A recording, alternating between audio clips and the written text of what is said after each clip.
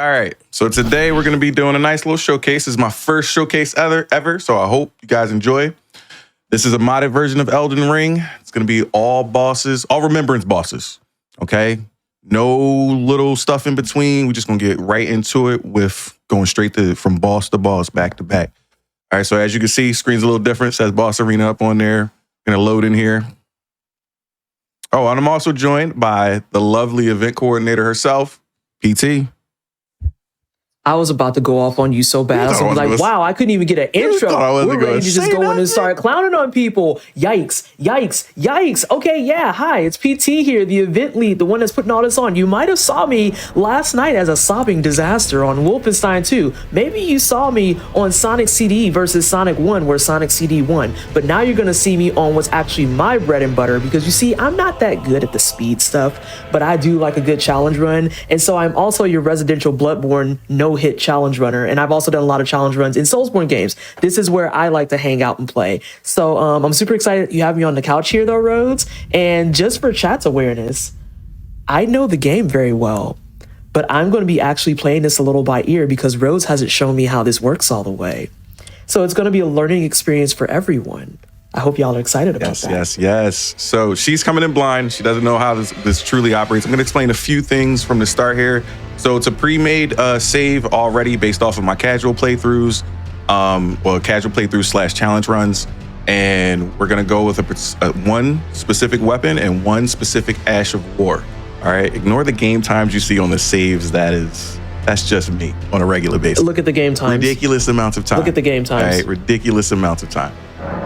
Not true to how often I play this. So mod starts off, it starts off in the same place or a normal location that we know of in the game called the Round Table Hold. This is the central hub for the game. Okay, but it's a little different. You know, got a couple of different NPCs sitting around out in a circle. Couple familiar faces, one not so familiar. So we got Sir Gideon here. We'll come back to him later because he's going to be our main focus for the run today. And then we got Sir Hugh. He deals with the armor, upgrades and things like that. This is our bug catcher, basically any issues going on with the mod. And shout out to the modders. This mod is on Nexus Mods. The modder's name is Positron Cannon, if you want to go check it out.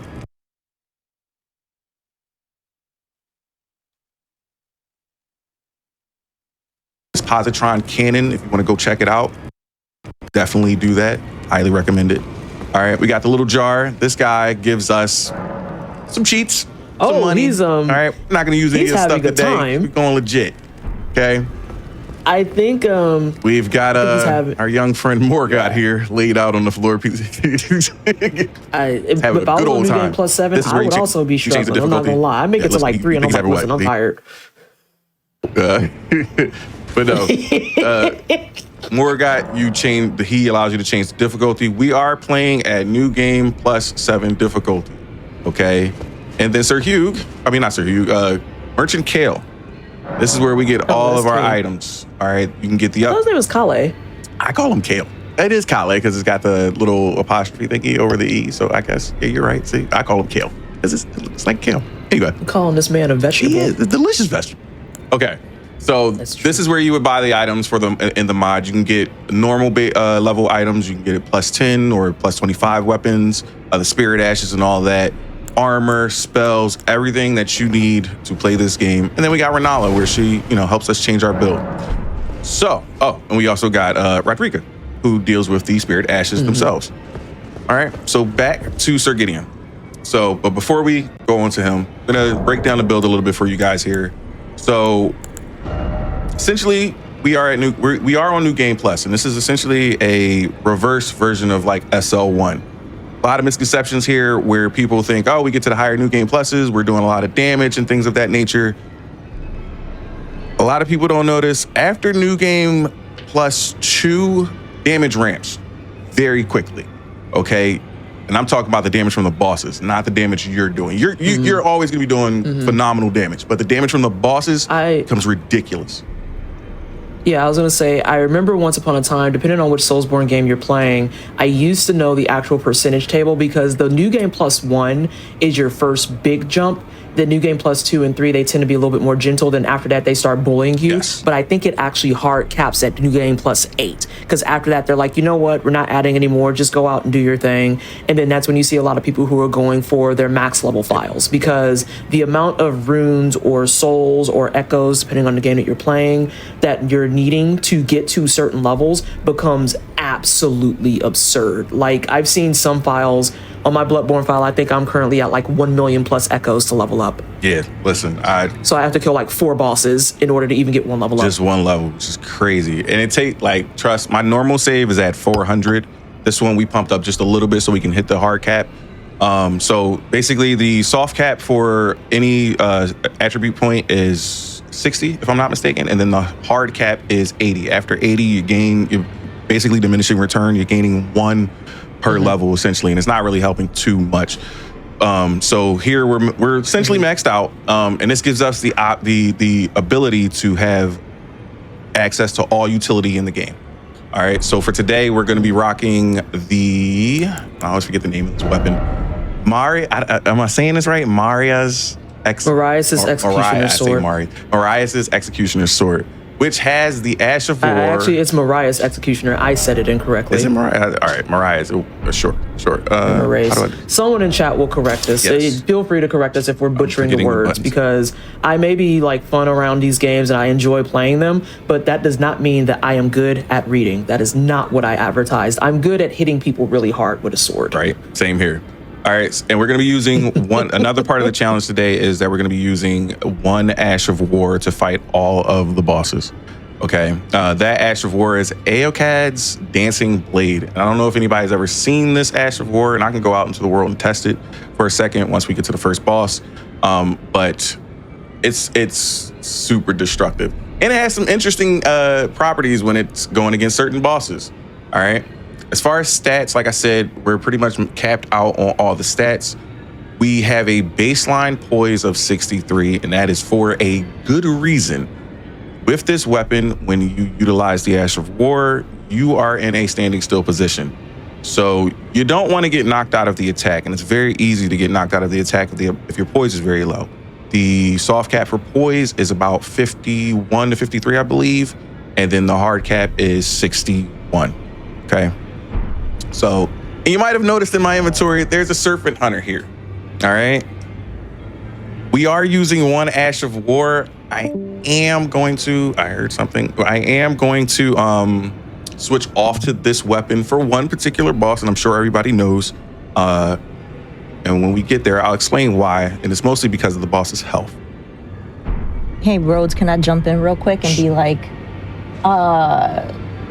speaking of Ashes of War, right? Ashes of War. Yeah, can we get that donation train for some Ashes of War? Like, let's make it happen. We are already at $10,330. I want to see some donations coming in, talking about the Ashes of War. Let's go.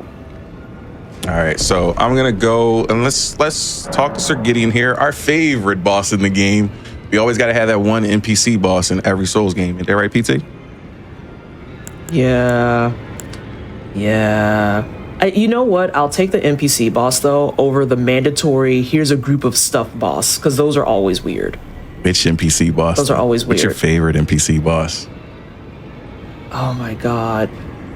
I have to get out of Liza P. brain. I had to think about that for a second, because I immediately had nothing but Hunter Stalkers. It's probably, I find great enjoyment in beating up Patches specifically. I know he's not a boss, but I still like to murder him because he annoys me.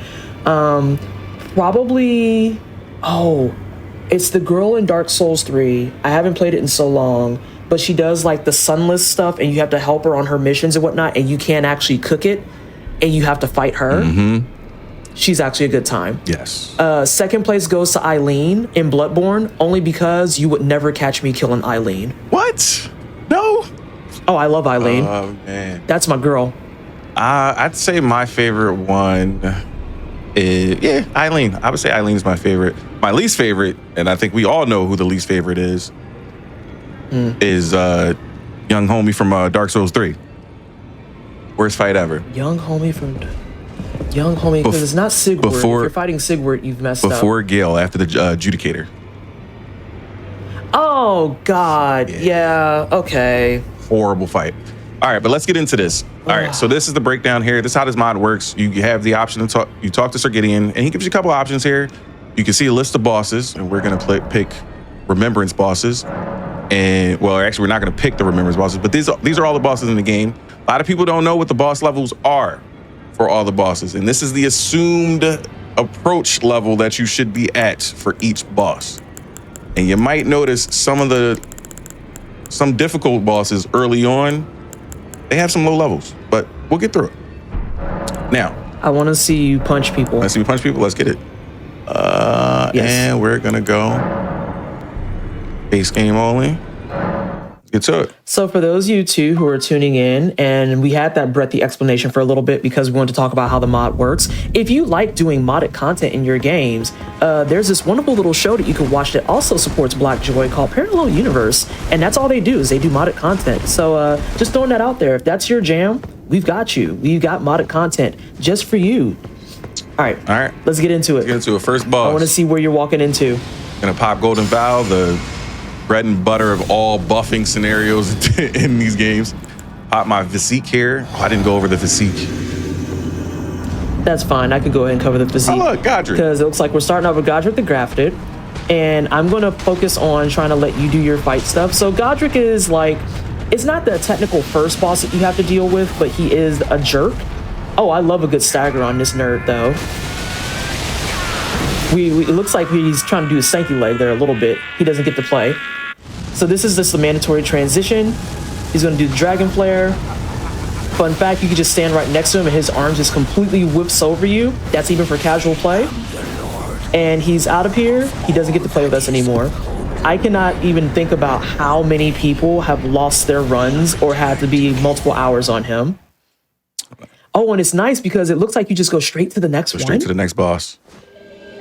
Oh, I like this. I like that. So if you're in the Academy of Rhea Lucaria, then that means you should be fighting Renala next. Yes. For those of you who've never seen this fight, it's going to be a 2-tier fight where you're going to have to do some nonsense with all the students on the floor initially.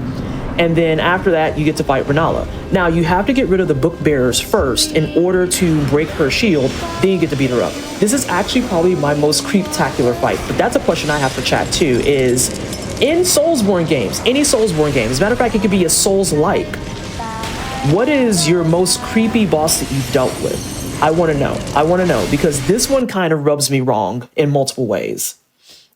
It kind of rubs me wrong in multiple ways. So now Renala's on the ground, and we're going to go beat her up. So for this first phase, that's mainly what we're going to do. And then we're going to go into the second phase, which is going to be a lot of casting, and Renala is actually showing up to fight that time. Oh, they're throwing literature at you. I hate that.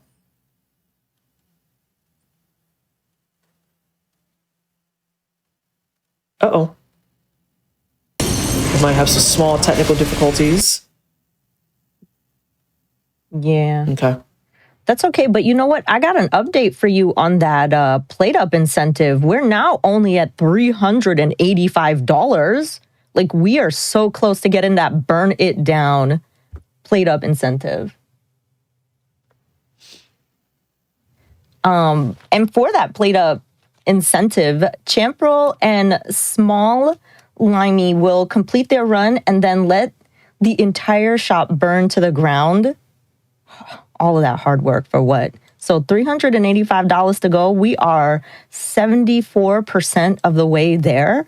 That's going to be really, really awesome for us to see. Yeah. But don't worry, we will be back soon. I don't want to see any panic baskets in the chat. Yeah, the stream is fine. Yeah. Yeah, chat. I see y'all. By the way, chat's looking real cute today. I just want to say that. You know, always a good time. Always a good time. But also, if y'all don't know, the group that's putting on this show today is Black in a Flash, and I just want to shout them out and say how amazing that group is. If you're looking for a group, Black Challenge Runners, Black Speed Runners, that's the group for you. All right. All right, so what we just did there was actually like a GDQ cutscene skip. So we don't have a fast forward like last night. We just have a black screen. That was just a test for everyone. It looks like many of you didn't like it, so we won't do that anymore. won't do that anymore. But yeah, this is a simple enough fight. I think that we actually could sneak in some donations if we wanted to here. Yes, please.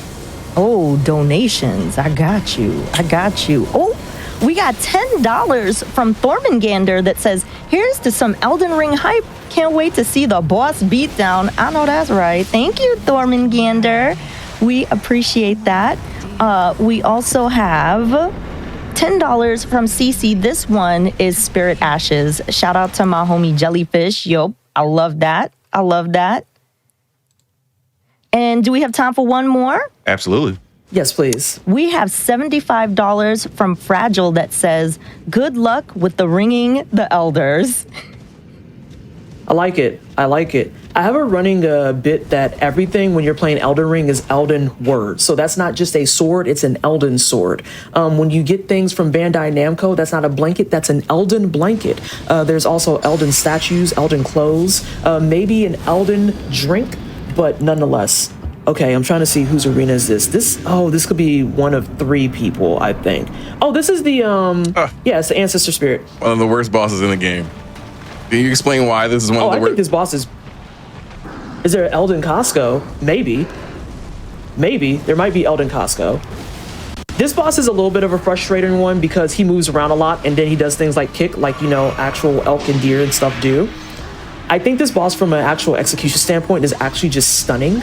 I think it's beautiful to look at. I think it's absolutely gorgeous. Oh, and it's gone. So this is bad. So the one thing that this boss can do is teleport and then heal. And we don't want it to heal. Yes. That's fine. Want that. That's fine too. Oh, please. All right, we might have it here in just a second unless it moves away and like disintegrates again. Good. Yep, you're good. Let's go, baby. Excellent. So I want to kind of highlight the chat as well, that there's a lot of challenge to be had here in the fact that we're doing these back to back. So in specific, Rhodes, I wanted you to kind of answer, do you get refills on your Estus flask or anything with this? Yes, you do. Okay, good. It's I know as well. Oh, no, go ahead. That some of them, they won't do that. All right. We're heading out to our friend Radon and his very sad horse. All right. Kind of speeding along here. I'm just happy I got past that boss. Mostly because I don't have turn on my bar. It's fine. We're gonna do a little trick here. I thought you took the hit for that for a second. We're gonna run away from this guy, and just because you said it, PC, thank you. It's a commentator curse. That's my bad. All right, I need you to come with me, big guy. Stop shooting, please. All right, so we do a little. I say you should be far enough that he'll leash. Yeah. So we do a little trick here. We run away from the boss so that he will stop shooting arrows at us. And do that. Now, this gives us plenty of time so we can buff. But as I was saying, that last boss, oh my God. Like, I've been having so much trouble in practice with that boss. He just kept teleporting and kept healing. Oh no. While you're buffing, let's go ahead and get a couple more donations in about that plate up incentive too, why don't we? Oh, yes, because we're now at 75%. We have $365 left on that plate up incentive. So chat, thanks for getting us a little bit closer there. We also have $25 from Orion Williams that says, B2B, ABAF, doesn't matter. These events are so amazing to see. The space and time to showcase such wonderful people and projects. And PT always has a tight ship. I know that's right. Let's go. Thank you so much for that $25. And $25 from Nox that says more plate up chaos. Heck yeah. Let's freaking go. All right, here we go. Now we're getting into it. The man of the hour, the legend, Radon, whose horse is always with him at all times, even though this horse has seen drastically better days. Listen, Leonard. We love Leonard. Leonard's doing his best. He really is. It's bad. All right, so it looks like we're going to try and avoid, if I had to guess, the dreaded meteor drop. Yes. But it looks like we're going to be dealing with it for a second. Where are you? Just listen out. There you are. There it is. Hey, y'all remember when that first happened? Everyone was like, wow, that's out of control. What is he doing? Where'd he go? Right. Do we win? Well, Radon is Radahn is now permanently out of our lives, so we can get rid of that one. So yes, for people in chat, if you've never seen this game, Elden Ring, in terms of the FromSoft games in general, was like FromSoft's really big first foray into doing a lot of the extravagant, but with color. I always make fun of the fact that a lot of their games kind of like it's just drab and dreary and kind of covered in a dirt filter. But for the most part, this is probably their most colorful and extravagant game. But you can also tell from some of the writing that comes with it too. But we're going to talk about the boss for a second. So this is Estelle, the Natural Born of a Void. This is actually a boss that's not really required, but because of how hideous it looks, it's okay to just take this one out. You're gonna get a lot of magic casting, a lot of like maneuverability, a lot of just movement and nonsense. And that move that it just did there allows it to teleport and then does other nasty stuff. Another thing that's really interesting about Estelle particularly is the fact that even though this is the Natural Born of the Void, you fight miniature Estelles, I like to call them, as you're traversing through areas in the game. So this isn't a required boss, but if you want to do one of the better endings of the game, or as I'm considered like the only ending of the game, you do have to deal with her. Him? Her. This is me having a crisis of realizing I don't know what Estelle's gender is. Huh. I'll take it. Huh. I'll take it. All right. This is probably one of my least liked bosses in the entire game because I hate looking at it, but also I hate the way that it maneuvers around a bit too. It's just a whole lot going on. I was taking an intentional hit there so we can just avoid some of those. Yeah. Why are you doing that? Ash, if you wanted to go ahead and get a few donations. Absolutely, PT. Also, I just want to talk about some of the cool prizes we have too, because if you donate $25, there's a living jar. I think it looks like plushie or toy. The living jar. How you say that? Amigurumi. That looks pretty cool. I'm pretty sure that's from Elden Ring, if I recall correctly. But we also have $10 from Chaz ML. No comment, but we appreciate your donation. We also have $50 from Esoteric 1972. No comment, but we appreciate your donation. Thank you so much to donating to Race Forward, our charity that we are raising funds for this weekend. And so, yeah, I've seen a little bit about it. I'm going to be focusing more on kind of doing the commentary stuff so that Silence can focus up, because this is also just a very challenging mod because you're doing bosses back to back with no break. This is your reminder that a lot of these bosses in general, you have like a little bit of a running time up to them. You have a build up and other things. Doing them back to back, but you really have to lock in for different strategies and different things that you're going to deal with, different type of magic things. And then Rhodes isn't changing armor or anything in between these fights either. So there's a lot going on here. So Lich Dragon Fortisax is also an optional boss for an ending. And as you can see, he's quite upset. He's quite upset. Having a day, if one would want to say that. This is probably what I think is one of the more interesting bosses from a general standpoint, just because he uses different magics and whatnot, and then he can also make a magic sword that I think is super dope. But in terms of fighting him, I wouldn't say that he's a good time. Wouldn't say that he's a good time. So something else you can notice here that Rhodes is dealing with extensively is the fact that even though he has this really nice Ash of War, it's New Game Plus 7. This is your reminder, it's New Game Plus 7. And also has like this really nice setup. There's certain bosses that with resistances and other setups that they have actually can hamstring your build. So this is a really good demonstration of what it means to have tenacity when you're playing these types of games, because you have to really know what's going on with their moveset. You have to really know what kind of things they can do to throw off your flow. And then conversely, you have to adapt because you might be in this fight for a little bit. I'll ask that question to the runner about the mod once we get out of here, because this seems like it's giving a little bit of trouble. So while we all watch the fight as it's going down, can we maybe get a few more heckin' dang donations read? Oh, of course. You know, I got you. We got $5 from Red Hand's Little Horse that says, ouchie. Oh no. Oh gosh. We also got a $20 donation from Anonymous. Thank you so much, Anonymous, because right now we are at $10,535.80. which is absolutely incredible, raising that money for Race Forward. And we've also bumped up to $360 left for the plate up incentive, which is, we're getting there. We're getting there, folks. We're getting there. I love it. We also have $15 from Cat Girl Real. No comment, but we appreciate your donation. Thank you so much. Alrighty, chat. I'm seeing a couple of questions here too, and I'm gonna try and answer them as we're going through. Yeah, they're being a little bit of a bully, but for what it's worth, I wouldn't want to die either. That's not a good time. So someone asked, do you get to refill your flask in between each boss? And the answer to that is yes, absolutely. Because if not, oh, that's probably like the best placement he's had that entire fight.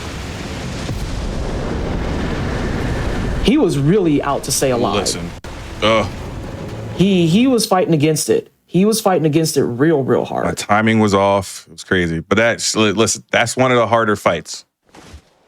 Yeah, it's a tough fight. Ooh, I like this one. Ooh. Oh, but that's different than Heihachi.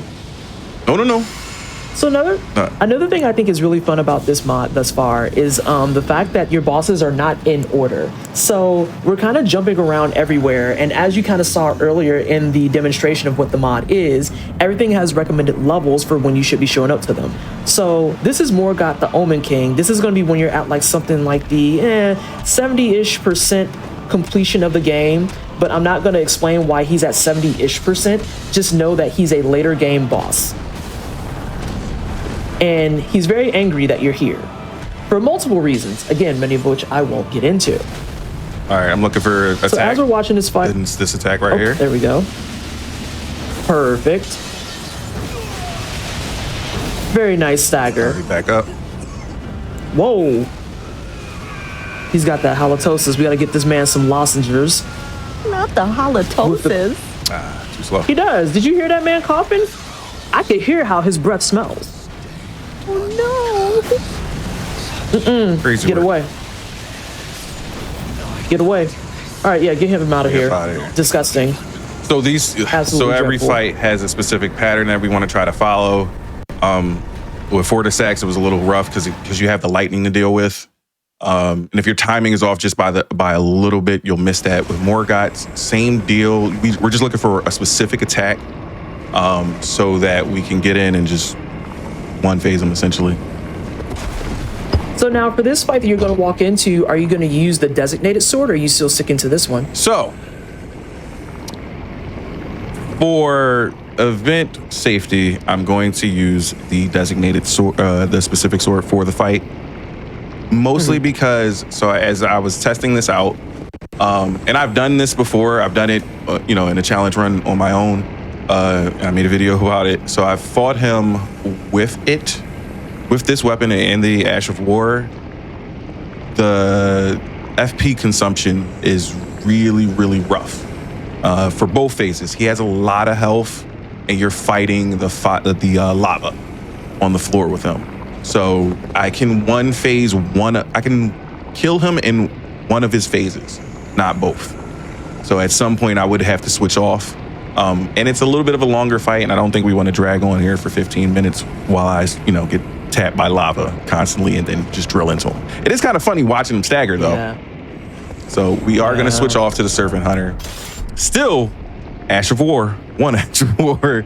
This is kind of like the Gimp fight. This is the staged fight of the game anyway. Like all the Souls games have a fight like this where they give you a weapon and they say, hey, figure it out.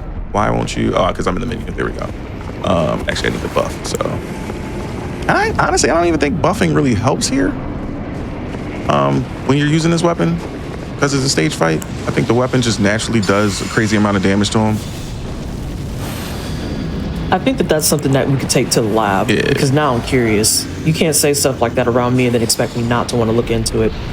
So yes, this is the God-Devouring Serpent, and they give you a sword right at the beginning of this that you are supposed to fight him with. This is a very common trend in a lot of Souls games too, where there's usually a boss where it's like, use this, or they can hit you with that Zelda energy and say, take this, it's dangerous to go alone. What's the timing on that? Okay.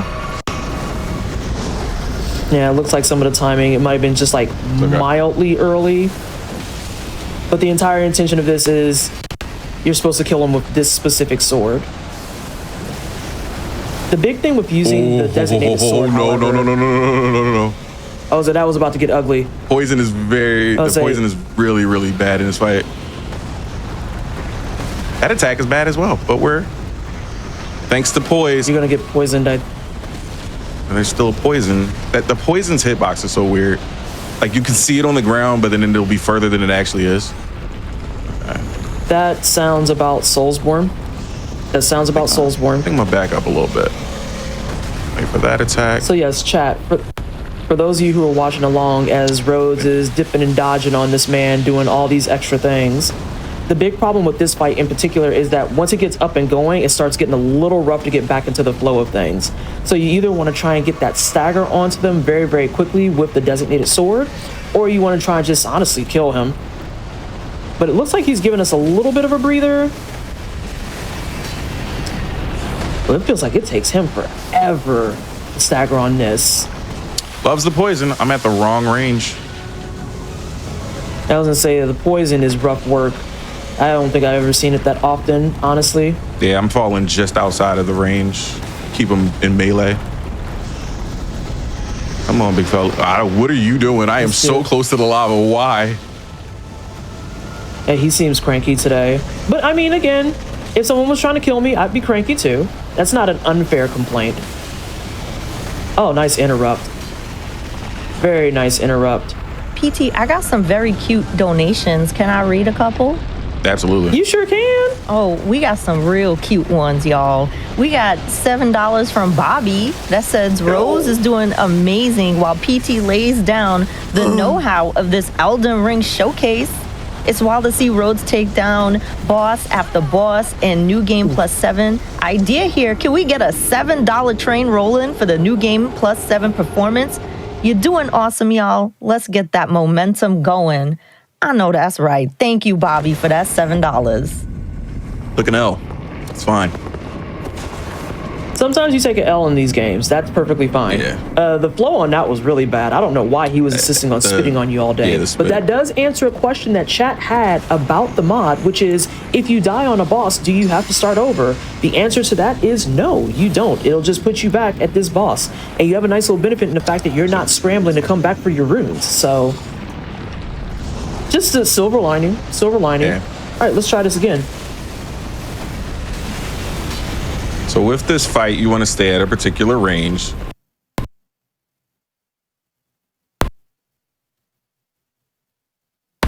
And you kind of judge it off of the lava.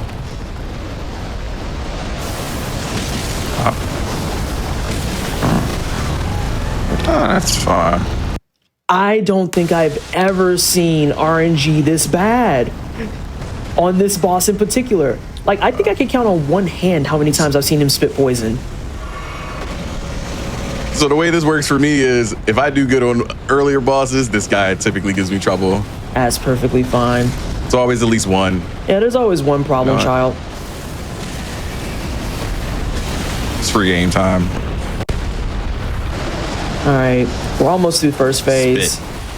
Thank God I switched directions. Jesus. I was gonna say that was a good direction switch that you did there. Bobby, not the year to snake anything but this. All right, let's see if we can get another hit in. Now you're nice. You want to keep the hits up so you can get a stagger, but I haven't been able to do that because of this. Yeah, this is crazy. That was something I was trying to explain to chat a little bit earlier too, was that you want to get a stagger on this boss, but it's kind of like a consistency and a build-up. And then you have unlucky things like that where sometimes they just kind of decide, you know what, hyper armor sounds nice. Very nice. That should at least get you out of this phase. I'm very close. He's going to spin. Oh, no, that was a stagger. Okay. We're good. Okay, that works. Okay, next phase. Oh, no, that was a death. Okay, our transition. All right. It's okay. We're good. Still good. Heckin' stress is taking over. So this phase is a lot easier with this. Two things to worry about is that fireball he just threw out, because it travels around the arena for a while. And then when he summons skulls from the sky, we want to stop that. He's very upset. Very. while we're watching this man be very angry, come on, guys. Can we go ahead and get a few more donations? Oh, yes. I got you with some very cute donations. I got $25 from your local dark magician that says, Coach Rhodes on the sticks, PT on the comms. What a fantastic way to kick off Friday. I know that's right. It is a fantastic way, and I'm happy to be here with y'all, too. That is really awesome. And we got $25 from the Swarm that says, here's to my favorite event of the year. I know that, yes. Love watching my fellow Black gamers share their love and passion for their games. Less than 3? Yes, Swarm, no. I agree. There's so much going on. We're good. All right, so I'm going to try to keep him in the loop here. Get up. No. And we got fireballs.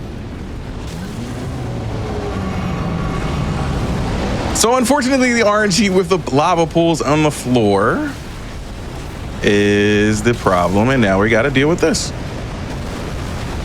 So you can do more donations. We're going to run around the arena for a little bit. Thank you, Rhodes. Yeah, definitely. I got a few more that I could read. We got $10 from Maya that says, I owe this to Anarchy for a Wolf Run incentive last night, which y'all made happen. Thank you. And she's putting it towards that Burn It Down incentive for PlateUp, which we are at 79%. We are inching so close to making that incentive. So keep pushing, y'all. This is great. And also, I want to see a donation train for your favorite boss. Like, tell me in the donation message who your favorite boss is in this game. I don't know a lot about Elden Ring. My mom, she plays it. She's level 147, so I need to learn. Let's go.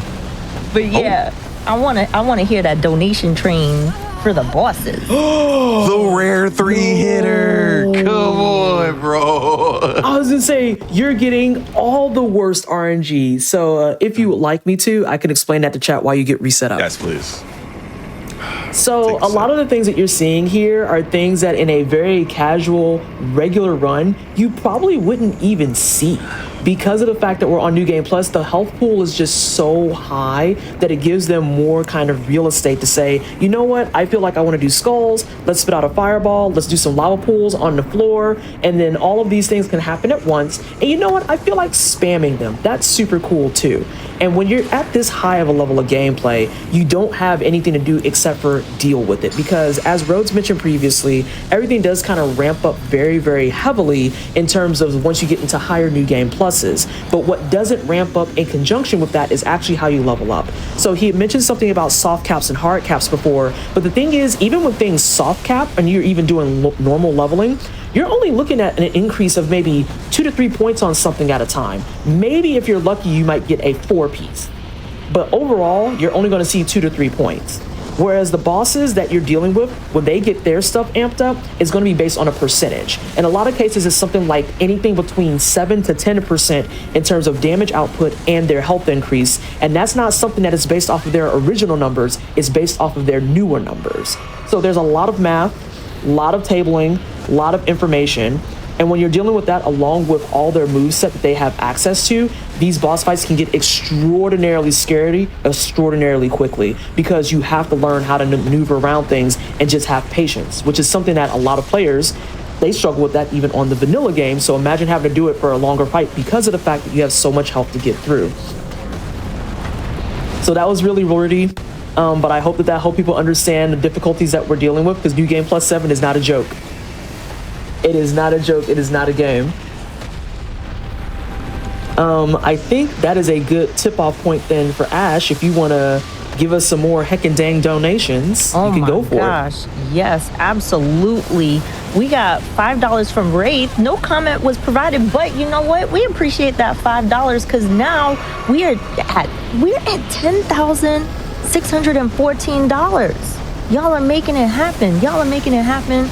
I want to see some more $5, $7 donation trains. Chat, we need your power for this boss battle. We need the good RNG. Let's go. I believe in y'all. We also have $25 from Emu. No comment was provided, but thank you for your donation. We really appreciate it. Oh, and another $25 from Anonymous. Thank you so much, Anonymous. We appreciate that as well. You can go ahead and read a couple more. Okay, cool. We have $25 from Da Magic Man that just says, hype, let's go. We also have $5 from M&K that says, less than 3. Less than 3 to you. Because chat's so cute. Chat is so heckin' cute. We really appreciate that. We also have $10 from Kiki. No comment, but, Race Forward. It's a great charity to donate to, which is what we're raising money for today. And it is a wonderful cause. Let me tell you a little bit about it. If that's okay, PT, can I tell them a little bit about the charity we're raising money for? Absolutely tell them about the charity. We love when we know what charity we're donating to. I love it. So Race Forward has spearheaded efforts such as HEAL, which is honest education, action, and leadership. Together, a movement of students, parents, educators, and school board members in school districts across the United States who believe that honest, equitable, and fully funded public education is the foundation for a just, multiracial democracy. And you know what? If you want to learn more about Race Forward, make sure to check out www.raceforward.org. You'll get a lot of really great information there. Also, if you want to type in chat !BTB, so that you can donate and learn more about what we're doing. It's a great way to get a link and see what it is we're doing today. Also, the amazing crew that's putting on this show, Black in a Flash. What an awesome community of speedrunners, challenge runners, PT. It's such an awesome group, right? With lots of talented people. Oh, I love everyone that's putting on the show here and doing a fantastic job. Also, GG's on Snake Kill. Thank you. Happy Year the Snake. That's not a good snake. We don't want that snake. We don't celebrate with that snake. That snake's weird. We don't like her. That guy. So if you guys could see the second phase where he was about to do the summoning skulls, I caught him in the loop. So basically, if you get a stun going, so if you're using a Serpent Hunter, you can get a stun going where he stomps his foot. As long as he stomps his foot once and you get the hit off, it'll stop him from summoning the skulls, and he'll stay in that animate. He'll stay trying to cast that animation every time he comes back. So I had to try to keep you want to be mindful of the floor as well when you're doing it for those little geyser pop-ups. Right now, we're going for the giant. Yes. The giant that everyone despises because he's just a big heckin' dang dude. He's kind of annoying. He's kind of obnoxious, but he is a mandatory boss if you want to even do any endings of the game. Like, this is someone that you cannot bypass. So he usually starts off with what we see here, where he throws snow at you. And then as you get closer, that's when you start opening up his suite of moves, like when he can do Stomp the Yard, which Rhodes is using to buff up, because once you're underneath him, you're relatively safe. The big thing you don't want him to do is going to be A, trying to step on you, or B, rolling away from you when you're trying to do literally anything. But because he's such a big heckin' dang dude, it makes it really easy to maneuver around him a little bit, as long as you try to stay underneath him and just pay attention to where he's moving. So as you can see here, we have our favorite friend, Geometry, followed very closely by Gravity, which is going to mess up how we're going to hit things for a second. But he's just kind of moving around. He has a lot to do. I think he's trying to get his steps in for the day. I completely understand that when I have like my last 500, it's real. Also, there's going to be a gore warning for this for people who aren't aware of it, because there is some stuff that goes down and you're going to see it for the rest of the fight, and we do apologize in advance. Because one of the big gimmicks about this is you have to fight him at his feet for the entire fight. Obviously, you can't get up to him. But we're seeing if we can make some changes. Oh, we're grabbing the steed. Oh, the fireball. Get out of here. It feels like it takes us forever to actually go away. What in the Attack on Titan is correct. That is absolutely correct. So now we're going to try and use Torrent to get back where we need to be, get situated. And now we're back in the mix. So because this is a kind of a lot of just running around and trying to get positioned, hey Ash, you got any of those donations, maybe even some more information? I saw someone talking about a living jar amigurumi that was in chat. Like, what's that about? Yeah, we got some real awesome prizes. We have if you donate $5, there is a Dark Souls playing card that you can win, which is actually pretty cool. And the $25 Living Jar Amigurumi, I hope I said that right, PT. We have that. I don't know how to say it either. That's $25. And then, oh, you know what? We do have a nice donation from Anonymous, $25. We have, and they said, my favorite Elden Ring boss is Melania, who told me her name about 25 times. Thank you. Yeah, when Millennia comes for you, she comes for you, and there's not a lot you can do for that. And especially when you die to her, you have to hear that voice line every single time. It is kind of brutal work. It is kind of brutal work. And we just got a $7 donation from Kai C. It says less than 3. Thank you so much for adding to the $7 donation train. For New Game Plus $7. Let's see some more come in, chat. So now we play with Roly Poly. As you can see, I was just about to say, now you can see in the second phase, oh, you went with Roly Poly. I was going to say, like, Advanced Stomp the Yard. He's out here doing his best step routine, except he's down a foot, so he can't do that, I guess. Gonna play it safe here. Could go for the better kill there, but... Oh, that's fine.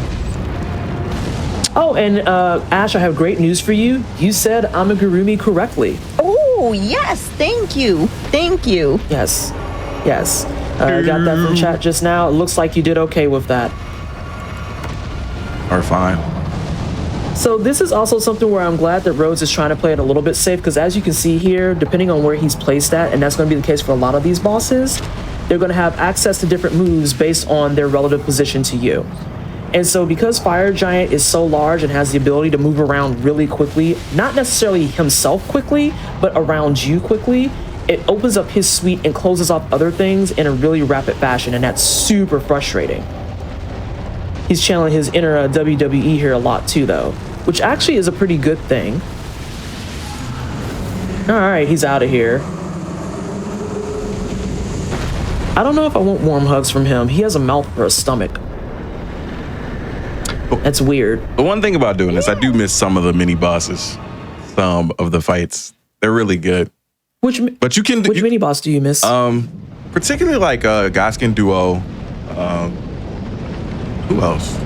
Loretta. Loretta's pretty fun with this weapon. Ooh, Loretta's good. Because there's a lot of bosses that can get knocked down or staggered very, very easily with this.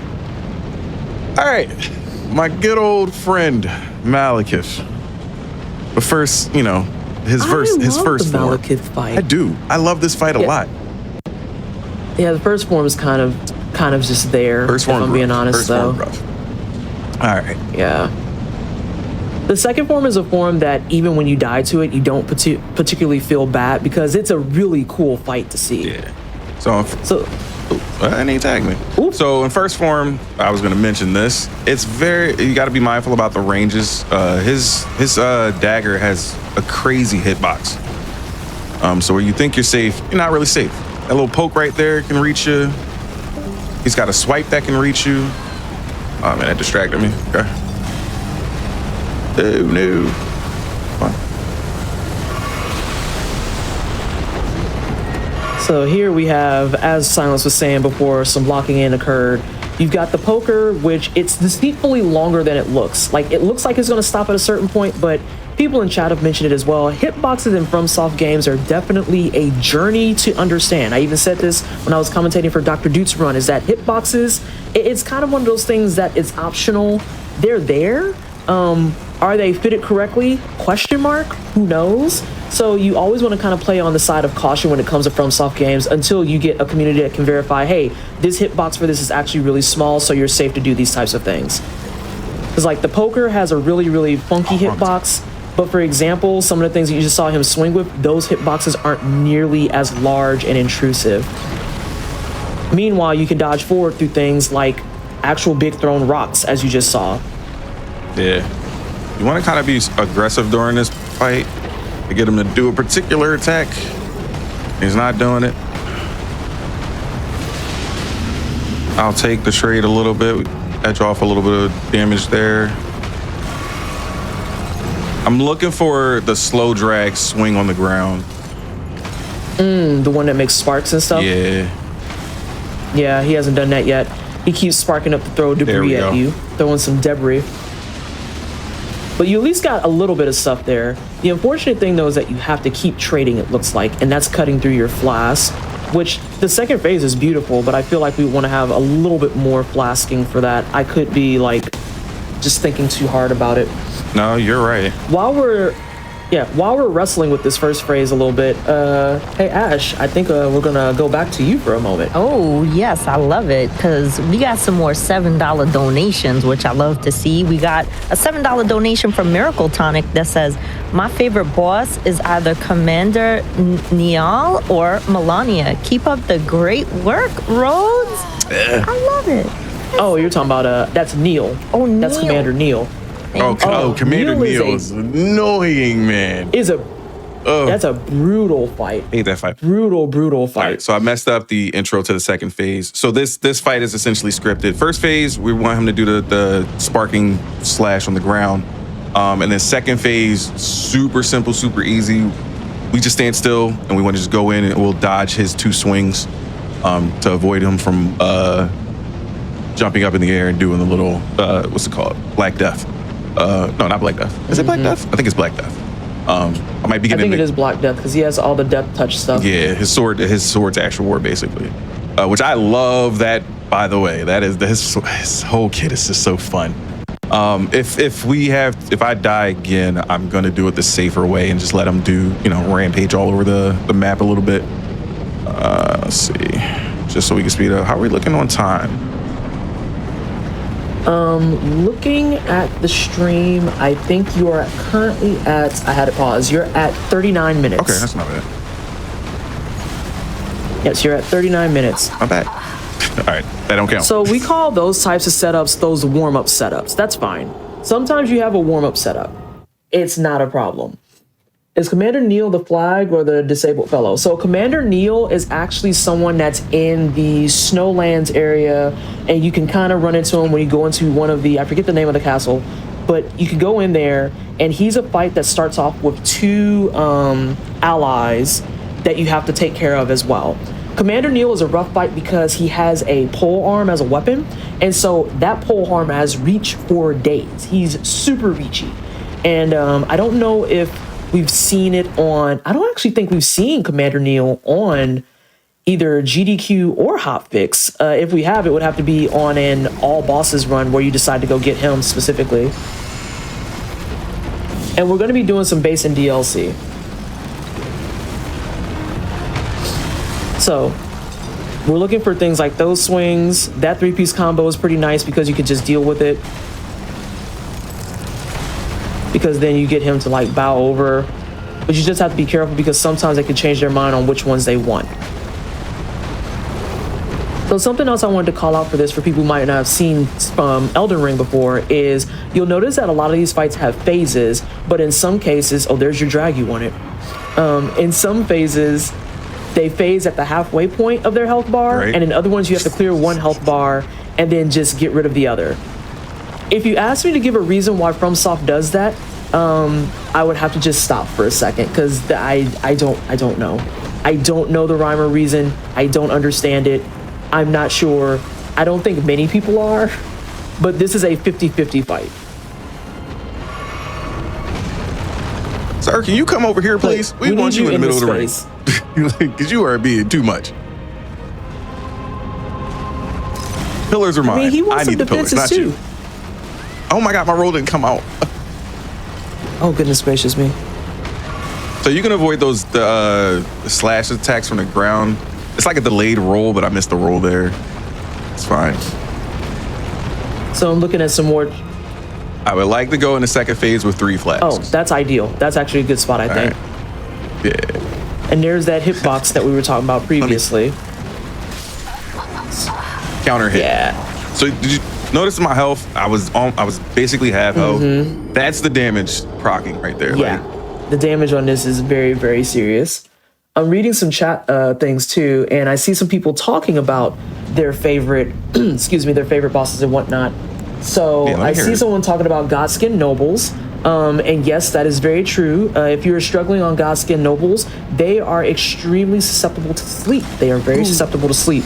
Watching the Godskin Nobles sleep is probably one of my favorite things because they look so cute and so squishable, but they're still Godskin Nobles and they're pretty terrible. They're pretty terrible. And then Millennia is, of course, a crowd favorite. I think it's really her design that carries her a lot too. The fight's really hard, but she's also a beautiful fight just in general. Nice dodges. Thank you. Very nice, very nice. Sir. So we're looking for those, but we wanted them to have a little bit more spacing. Because as everyone can see here, you have to get in to hit, but you can't get in and get too squirrely because of how much he maneuvers around, and then he can do stuff like that. Like, I'll take a counter hit early. All right, another poke. He's gonna do the, yep, I was gonna say he's gonna do the scrape. Another thing about this fight in phase 1 that specifically is very, very challenging is when his hand goes into the ground, there's no distinctive tell on, hey, he's definitely gonna do the ground pound. He's definitely going to throw a rock at you. He's definitely going to do the cone shape at you. You just have to hope that you see like that one frame cue. Okay, the boulder is actually a little bit more of a tell. If he looks like he's going to throw at you, he's about to throw at you. I had got super lucky there, but it's not a problem. You got this though. Yeah. I believe in you. Chat believes in you. I've seen them. They're saying they believe in you and that you got this. Chat. Does Roads of Silence have this? Is it locked in? I think we're gonna get it. Get away from this pole. Come here. Ash, while Rose is getting this man away from this pole, can we go ahead and get some exciting donations in? Oh, we have some very, very exciting donations. Also, by the way, I want to call out that we're at $10,723, which means we are so close to $11,000. I know you can do it, chat. Like, let's make it happen. For real. We also got $10 from Squishy Meerkat that says, here for more black joy and black excellence. Thank you to everyone making this possible. And here's to even more great runs. Also, Alexander is the best pop boy. I know that's right. Let's go. And also, I just want to say we're at a very, very close 16% for the Burn It Down Played Up incentive. We only have $239 left to go. We are so freaking close. Like, it's amazing. And we also have $25 from Anonymous. Thank you, Anonymous, for helping us raise money for Race Forward. That is awesome. Thank you so much. We also have $25 from Danimal for Life that says more than 3. Yeah, less than 3, more than 3. You know, either way. Danimal is that type of chaotic, so that doesn't surprise me that that's what their donation message says. Also, Danimal is one of our wonderful black modders in the community as well. If you've watched our shows previously, you might have seen him on playing some Kingdom Hearts with modded content that was super cool. I know someone also asked earlier, what is UBAF? So UBAF is Unapologetically Black and Fast, and that's actually what this event was called before we got a charity component added to it. So if you've ever watched UBAF in 22, 23, or 24, that's what this actual time frame was, and now we have enough people in the community together that we can do charity fundraising efforts. So yeah, if you wanted to know about that, that's your answer for that. All right, he's really, really, really giving you like the run around. All right, we're phasing. All right, sensational. I'm gonna do this a safe way. And you know what, Strife? That's real. That's real. Sometimes the kids get it and you don't, and that's okay. There's a lot of stuff that happens on the internet at this point where I'm just like, I don't know what's happening, but okie dokie. All right, so it looks like we're gonna rebuff, but he's coming around that corner, boy.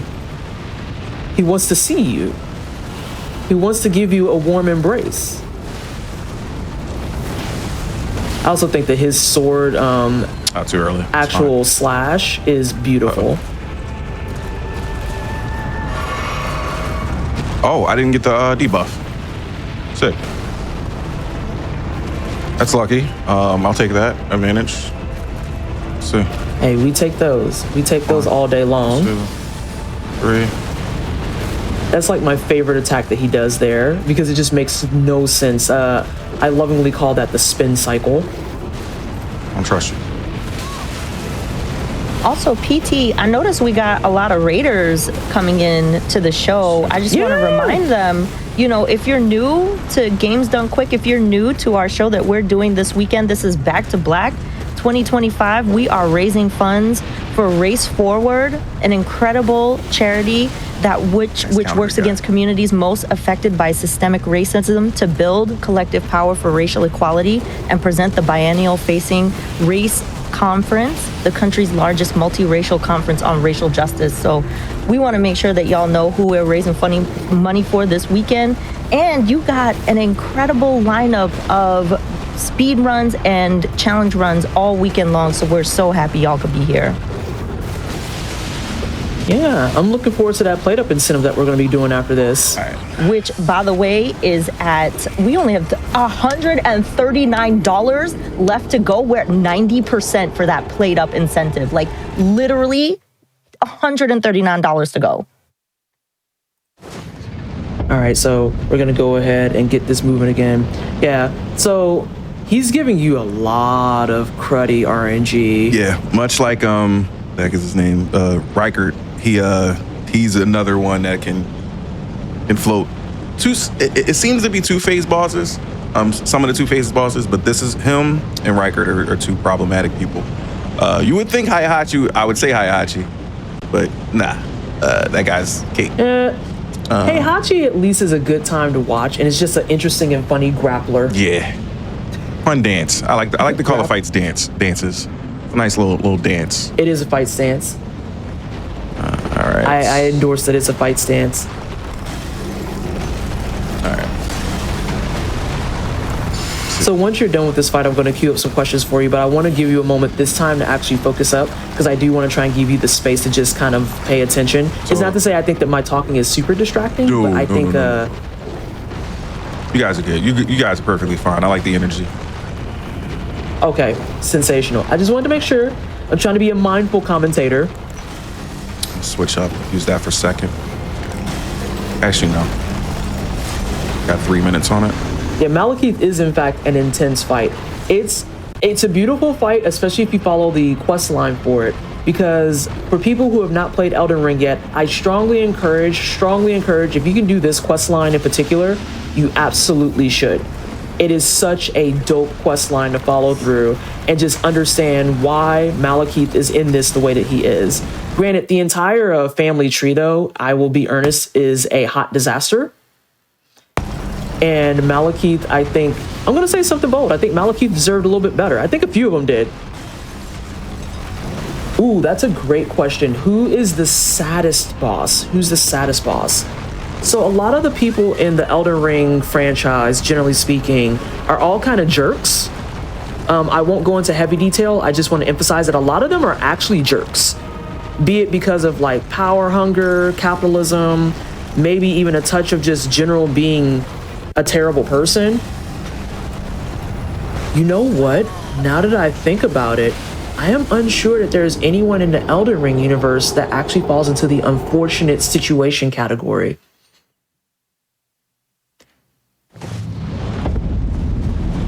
You think Radahn? Yeah, Radahn was kind of just minding his business and doing his gauntlets, and then his family kind of sucked.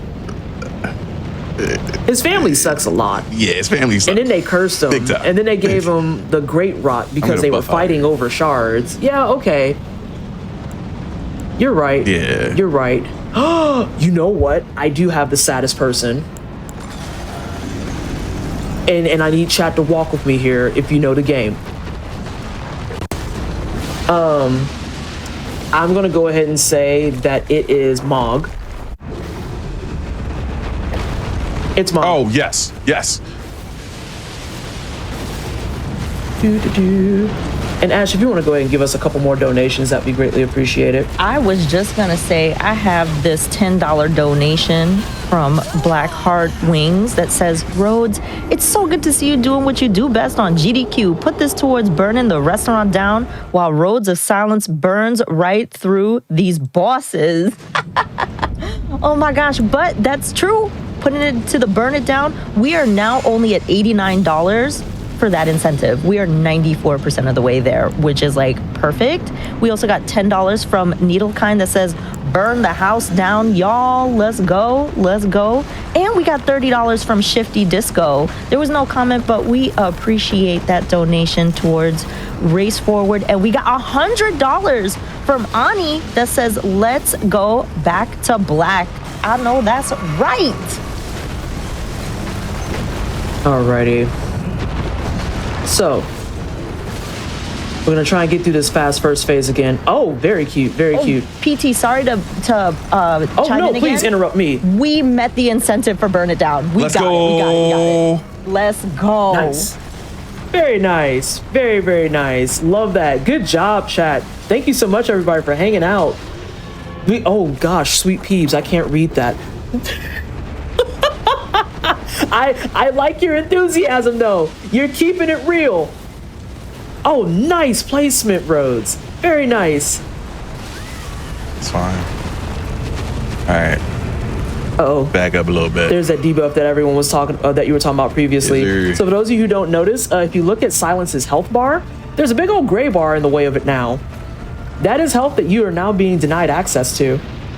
I don't want to take away the thunder from the plate up incentive. Thank you so much, y'all. That's super exciting. I cannot wait to burn down the Glizzy Express. The Express? What? They're doing hot dogs for their category. So they're making glizzies. Yes. And then they're gonna burn them all down. Oh, sensational. 10 out of 10. Wonderful chat. Super cute chat. Yeah, I'm pretty sure that's the incentive. I think it's a small mini and shampoo racing. Yeah. To see who can make the fastest glizzies. Yeah. Sorry. No, you're good. That was so good. We also, we are so close to $11,000. We're at $10,973, and we did just get a $100 donation from Lexi Plays Fast. I want to say thank you so much for that.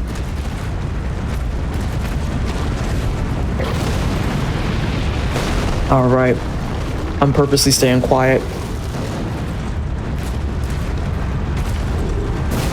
Is it lock-in time? Are we locked in? Oh, yeah. Mm-hmm.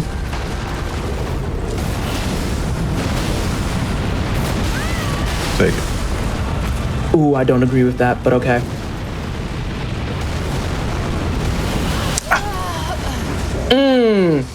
If I would have got around the pillar a little more, the range of that would have pushed him back a bit. So in the second phase, I try to use if I'm gonna play this kind of safe, I try to use the pillars to keep the that attack from moving more forward than it should.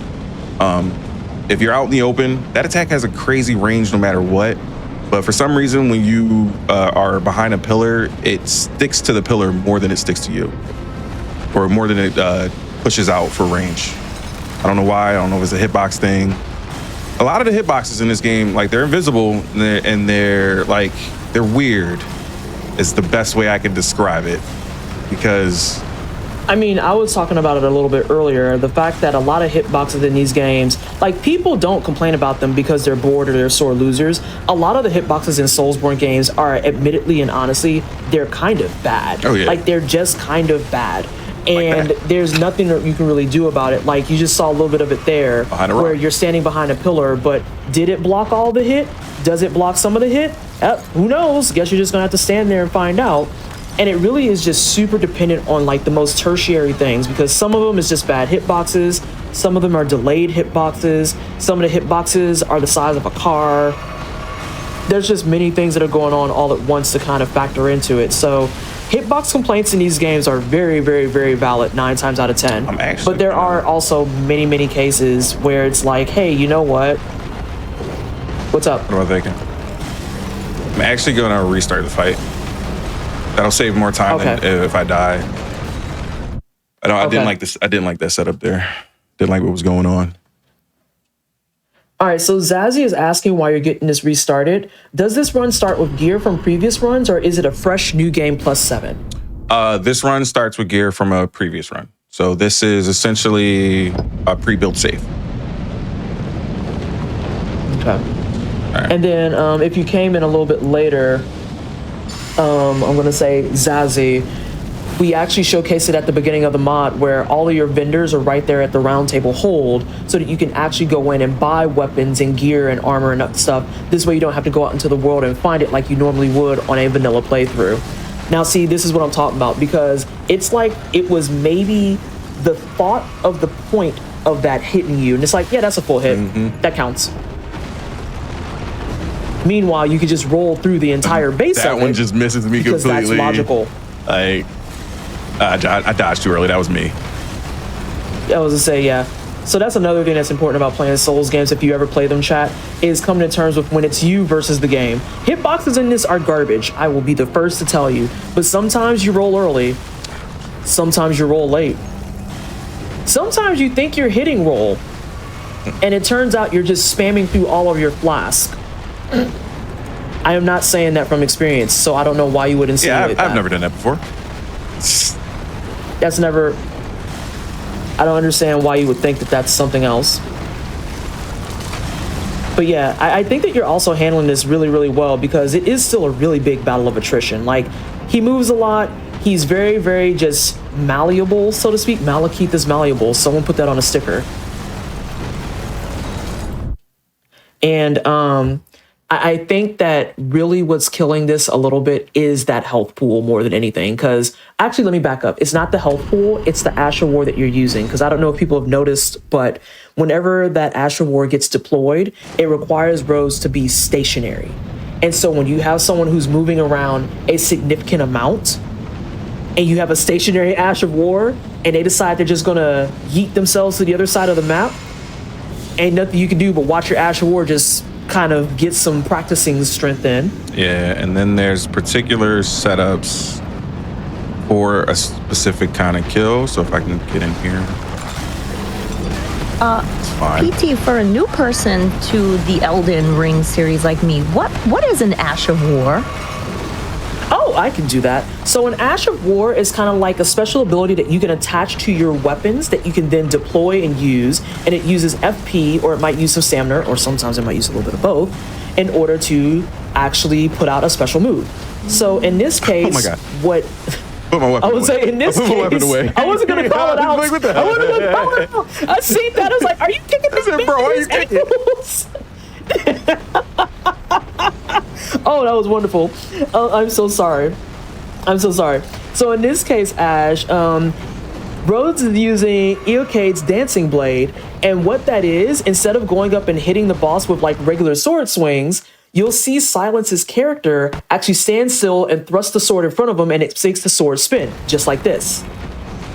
And that will give you some damage, but that's the special move that's attached to the sword. What's nice about the Ash of Wars is that you can change them out when you go over to, I want to say Hugh, you can change them at the Grace, and you can switch them based on your playing style that you're more catered to. So, for example, whenever you see people doing speed runs of the older games, you might see them switch to a dagger weapon, and then they'll have on an Ash of War that gives them sidestep.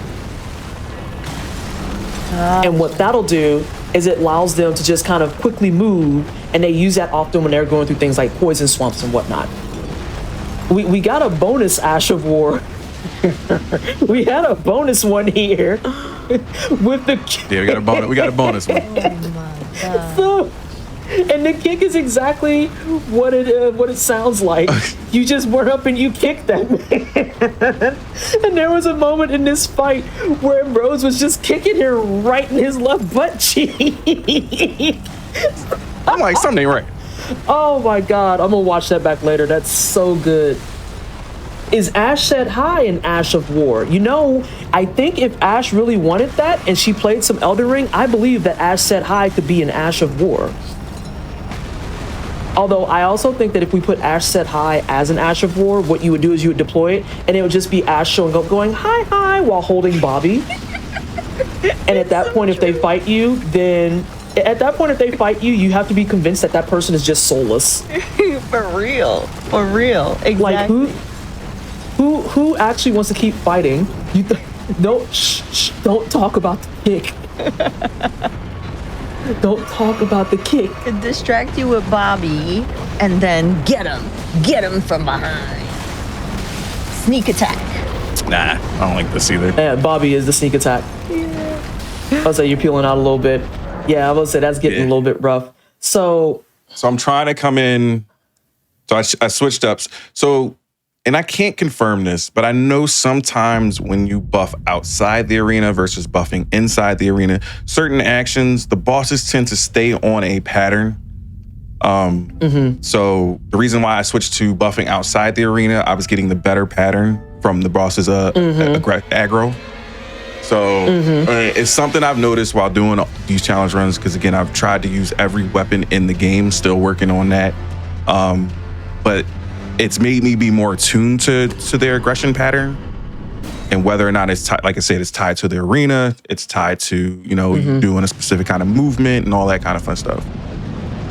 Well, and part of that too is actually the fact that in a lot of these cases, especially with Elden Ring, when you're buffing inside of the fight, they also have cues that they can actually follow up on specifically to interrupt that.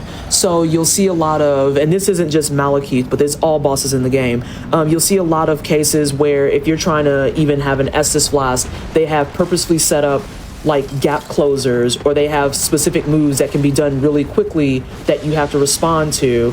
And because the Estus Flask is a lock-in animation, there's nothing you can do to avoid it. Versus if you're using something like an item, that's a lock-in animation, but it also might be a little bit shorter. All right, let's see if we can, yeah, that should hit. Got a trade. Oh, that was corny. Fine. That was corny. Intro. I'm calling them corny. I'm calling the corn patrol on that one. Hey, PT, can I jump in real quick? Absolutely. So we have a new incentive that just opened up for the bonus level 18 tracks for Not in the Groove, where Taro Nuke will play additional level 18 tracks after completing his already fairly challenging run, and that is for $4,000. So let's make it happen, chat. We need that energy. All right, so I have bad news for you, Ash. Oh no. You've unfortunately triggered my trap card. Because I love rhythm games. And ITG, or I'm sorry, not ITG, is one of my jams. One of my jams. Yes. Oof. It's fine. That was unfortunate. That was just the unfortunate combo wombo. It's that. But it you was also that. He did a double. Oh my goodness. I was just about to say you're in good shape too because you have blast. Yeah, no. That was my fault because it smelled the commentator curse coming from 80 miles away. No. That was all me. So like in that position, I'm being a little greedy because I'm trying to get it done. He will counterattack. Now, as far as which attack that was, like that's a rare one. I'll be honest. It should have been like the two hit combo slash, but he did the. He did the Ash of War on his weapon again. He's showing what Ash of Wars can do. That's a good showcase. Yeah, Ash of Wars can. Yeah, the Ash of Wars, because Ash, you asked about it, and I know someone in chat did as well. The Ash of Wars, like I said, could absolutely change up your entire play style because there's some that are there strictly to buff you. There are some that are attack based, as you can see the one Rhodes is using, and you're stationary. But then there's some like you can actually, for the initiated, when you beat Millennia, you can get access to Waterfowl Dance and get her weapon, which gives you the ability to do the huge combo that everyone hates, and it literally takes you like clean across the entire map. And so you can have movement with your Ash of Wars, you can have different types of buffs and changes. One of my favorite ones actually was introduced with the DLC, which is, I forget what it is, but it's on the backhand blades, where it allows you to implement a dodge that goes to the side, and then if you get behind them, it also does a counter attack that can hit them, and your swords by default have bleed proc on them. It's a really, really dope one. It's super fun. That is really cool. This game has so much customization. It's awesome. Well, and I think that's one of the bigger strengths of Elden Ring and why so many people like it, because when you get to the other Soulsborne games, it's not to say that you're 100% locked in, but you absolutely are kind of beholden to some of the stuff that you've done out the gate. That was an unfortunate early roll. Yeah. That was unfortunate. I don't know if you saw it, that my the attack hit, but it wasn't doing damage. Like the tip of my sword hit him. You could hear it connecting, and then it didn't do any damage. So even just the tip. Oh, whoa. Just the tip can do it. I'm gonna need you to chill out on that. Yeah. That's my one for the entire event. There we go. I would like to come back. I mean, I'm the one in charge. I'll let you know if you're welcome back. I don't think I would ever kick you out. You're one of my regulars that are on here. And this is your first ever showcase, so I completely understand too, because this is a tough one. This is a super tough fight. We can get this. Oh my gosh, what is happening here? There we go. I did. PT, we are so close to $11,000, like $10,973. That's 27 doll hairs away. Only 27 doll hairs? Oh my gosh, That's 27 doll hairs. We can do that so quick, chat. We can do that so fast. Okay. All right, so now we're getting set up again. That's one of the attacks we want to see. Until he does that. No, we're fine. Okay. Sensational. Many people are saying this. Please do not say many people are saying what Silence was saying before. You're killing me, Smalls. And then that's kind of another good showcase of what I mean by sometimes hitboxes in this game are a thought. That it's a thought, because his sword literally is cutting through there. It's the most infuriating thing in the world when you die to a sword that happens to just poke through a pillar. Oh, I can't even deal with it. I'm rolling way too early there, but it's... Oh, get up! Oh, What? that was an unfortunate back-to-back. Oh. That was a nasty back-to-back. The slow Getting you with that while you're still standing up is gross work. Like, you should have been standing. That was the slowest recovery ever. Okay. I think it was because your body was on fire. Well, fire in parentheses or quotes or whatever you want to put. Sacred fire, yeah. Or the blood. I think it's technically the blood flame. Oh, now we're talking about Smash Brothers. How are we? That's choices are being made. How are we looking on someone time? was saying, because I was talking about the hitboxes, and someone said this sounds like Smash Brothers talk. Oh, yeah. Phantom tippers are a well-known thing. Wait, PT, you said you were a big rhythm game fan. I don't think I've ever played Not in the Groove, and I really want to know what this bonus level 18 track is. All right, so let's get into this. So first and foremost, we need to talk about the deep lore. There's a game once upon a kind called In the Groove, and it was dope. It was like DDR, but with longer songs, and the arrows were much more visible because they made sure that their backgrounds didn't clash with it nearly as hard. In the Groove, if you can find a copy of it for your PS2 and you have a dance pad, I cannot recommend it enough. Unfortunately, In the Groove, where it stands, is a no longer alive IP. We're not going to get into the details. We're not going to do the deep lore. If someone in chat knows the deep lore, you're welcome to type it. I just don't know that I'm allowed to say a lot on it. So I'm just going to chill out. So Not in the Groove is the exact same thing, but modded. We have more modded content. And the person that's going to be doing that run later today, which is Taro, is actually one of the developers for Not in the Groove. And so think DDR, and if you've ever seen DDR on hard mode or challenge mode, take that and put it on steroids.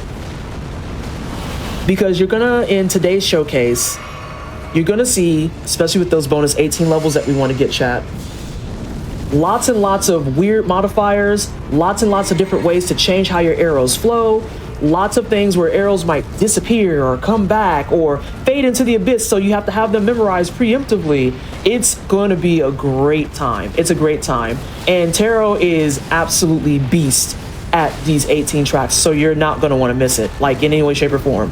Don't settle for just some ITG. Yeah. Demand all the ITG. Embrace maximum ITG. Get that incentive. Also, we're only $2 away from 11,000 right now. Because we just got a $25 donation from Nilla that says 2 doll hairs until 11K. Yes, two singular doll hairs away. And anytime y'all donate, please make sure to pick that incentive, because I want to see that bonus level 18 tracks. I really want to see it. I'm so curious. I've never seen this before. I want to know what's going to happen. Oh, that was giving you the disrespectful slash with the "you died" playing is actually just diabolical work. Diabolical work. I'm also trying my best to keep up with chat. Yeah, how are we looking on time? That's another reason I'm keeping up on it. We're at 112. Yeah, 112. All right. Promise you, we get past this boss. How you feeling, Silence? I promise you, we get past this boss. We're gonna burn through the rest of them so quick, and you're gonna be like, "Did he just switch games?" I mean, Malekith is there as a pretty good wall for players too. Yes, he is. It's a really intense fight to get through. It's a really intense storyline to follow, and it's really just like bringing the head to the entire conversation around why this family sucks. I don't want you to. Why this family, in fact, sucks. Come here, please. Because Malekith, Malekith didn't even really ask to be here. True. Didn't ask to be here in any way, shape, or form. Yeah, Malekith is indeed one of the most difficult. And again, doing it on New Game 7 is absolutely absurd. But I feel like Malekith is one of those boss fights that I could watch over and over, and it's completely fine because it is such a cool fight to witness. And I love Malekith's design. Absolutely baller design. All right, I'll take that. Yeah, but I feel like that was a fair trade.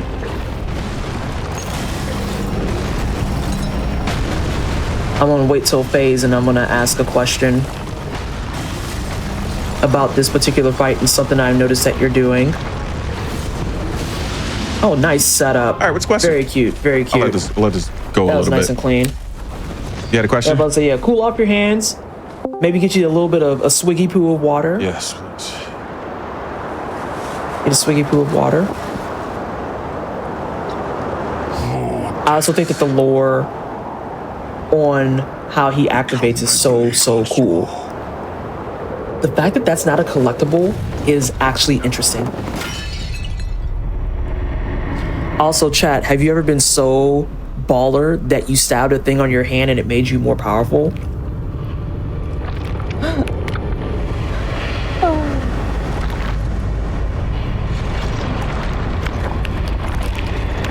Need more. More power. So for anybody who doesn't know, if they want to put money towards that incentive, they just go to gamesdonequick.com/donate, and then they can pick the incentive for the bonus of 18. They can also, and they can also use the donate button. Ooh. It's right there in the panels. Should be the first one. Oh yeah, good. Take you so exactly where you need to go. Yeah. Oh yeah, there we go. To click to donate. I see it. All right, Malekith. Oh, I hate to be that person, but I feel like you're overstaying your welcome here, sir. We like you. I don't know that we like you that much. Yeah, not this much. You know what? He's getting back at me for not using his armor set. That's what it is. I mean, he can get over it though. Like, these are things that, like, you got to make decisions, and if your decision is that you don't want to use that, you don't want to use that. Now, if I was him, I would be angry that you're not using the sword. That too. Love that. Oh, we just got to $11,000, y'all. No. Very nice, very nice. Whoa! I was gonna say, as soon as I saw that happening, I was like, "Ooh, that's a problem." Leave me alone, bro. Leave me alone. Oh, that was a risky buff. It's in there, but that was rough business. And also, did I hear that correctly? We're at 11K? Yeah, we just hit 11K. We're at 11,028. $11,000. Very nice. Yep. Let's freaking go. Thank you, chat, for making that happen. Getting countered hard. Oh my gosh. All right. Well, 1, 2, 3. Come on, Malekith. Cooperate, please.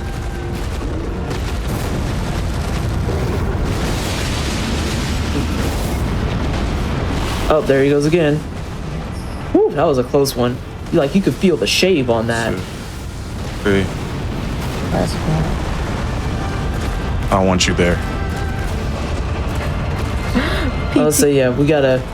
Yes, what's up? We got $5 from the rabbit girl that says Shangela would say her doll hairs. What does that mean? I don't know what that means. On. You can't put jokes on me. I'm not smart. What does that mean? I don't know. Well, we do have a couple more donations if you want me to read. And we're getting some donations in for our incentive, which I'm really happy to see too. I love that for us. Yeah. We have go ahead with some donations. Yeah, we have $10 from Ms. Paradise Lost. It says, race forward hype, keep it up, let's go. Yes, thank you so much for that.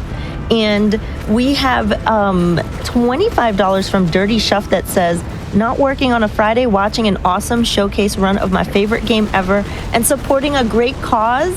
Yes, please. Oh my gosh, that is so kind of you. Thank you so much for that $25 donation. And yeah, I see more donations coming in for our bonus level 18 track incentive. I believe we have about 2 hours for this. So I want to see chat bring some energy for that incentive. It's going to be really fun to watch. I'm looking forward to it.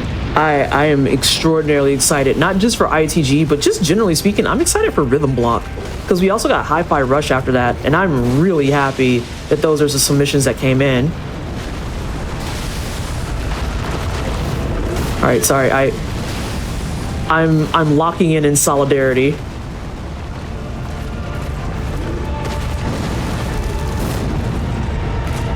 Yeah, these Elden Ring fights are no joke. Oh my gosh.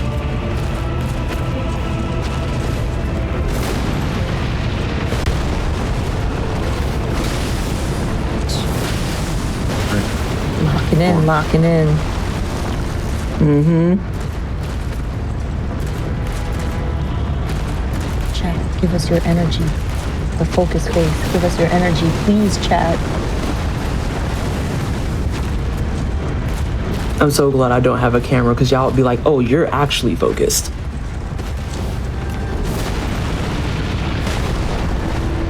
Come on. 1, 2, 3. Oh no! He got you with the smooth slide. Oh, unfortunate. All right, one more, and then we'll go to the other. We'll start doing boss selects as fast as we can. Finish out as much as we can. Okay. I think that's a fair play. How many bosses will be left after this?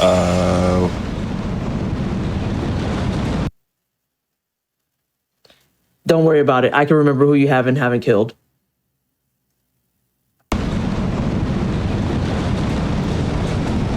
I'm not gonna lie. Like I said, a lot of we're past the health dump, guys. So, all right, let's go. Also, PT, I got a very nice donation here for $10 from Hockey Babbler that says $10 reduced to get myself in to win that Cult of the Lamb hat. Chat, stay cute, hydrate, check your posture. Oh, thank you for the reminder, by the way. Donations. Yeah, I was say the way I just immediately straightened my back. Yo, same. Donations go towards the bonus track incentive. Oh yes, we want to see it happen. It's gonna make that game more difficult, more challenging, longer, and we want to see that happen. Oh, thank you so much for that. Like I said, the showcase for ITG is going to be banger. You're going to want to donate to that. All right, nice clean phase 1.